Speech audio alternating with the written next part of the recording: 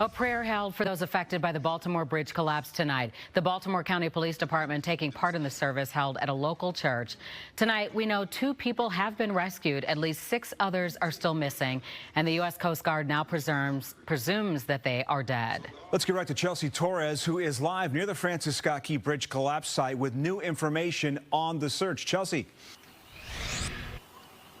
That's right. You know, this collapse happened just before 2 a.m. this morning, and officials have made the unfortunate transition to go from a search and rescue operation to now a search and recovery operation. The U.S. Coast Guard actually made that decision just a few hours ago. Now, investigators do believe that there were 8 people that fell into the harbor when that cargo ship had rammed right into the pillar of the Key Bridge here in Baltimore. And right now, investigators are saying that there was 2 that were rescued earlier today. 1 did not seek any medical help, but 1 did have serious injuries. And as of right now, there's still many questions that are unanswered, but this is what we do know. The Maryland governor says that there's no indication this was a terrorist attack, but an accident. And the governor also says the cargo ship that jammed into the bridge overnight lost power and called for Mayday, that they were in distress. He says immediately the transportation department were able to block traffic from the bridge. The Maryland Transportation Secretary says a construction crew was actually on the bridge fixing potholes and believes the crew could be the 8 that fell into the water. Right now, the investigators do not know if other vehicles were on the bridge when it collapsed, but the Coast Guard say the cold temperature of the water and length of time divers and first responders were searching, it was believed the 6 have died.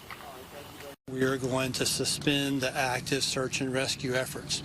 Coast Guard's not going away, none of our partners are going away, but we're just going to transition to a different phase. Now, all day, this has been a rescue operation. All day, we heard helicopters flying around in circles, searching for anything they could find in the water. Several divers, as well as sonar and thermal imaging, had been used from several different agencies, all the way from local to even federal, from the FBI, having several assets out here trying to search for those 6 people that were unaccounted for. Now, the U.S. Coast Guard did cease operations efforts, and that was suspended at about 7:30 this evening here Eastern time, but they did say they're going to have those search and recovery efforts out early tomorrow morning at 6 a.m. to see if they can recover those 6 people. In Dundalk, Maryland, Chelsea Torres, Fox 32, Chicago. Chelsea, by now the entire country has seen that video of the ship colliding with the bridge. I'm curious, is there any indication tonight how long it took rescuers to get to the scene once that collision took place? Sure, Scott. You know, the National Transportation and Safety Board is really leading this investigation along with the U.S. Coast Guard. And they said earlier today that all they're really focused on, at least for today, is just finding people.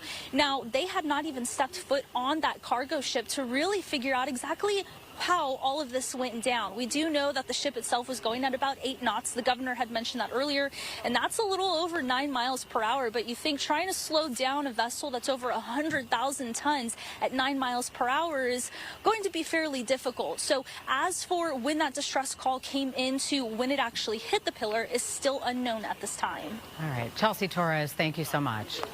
Well, coming up at 9:30, we're going to be speaking with an infrastructure expert about what may have caused the entire structure to collapse and also thoughts on the structural integrity of bridges tonight right here in Chicagoland.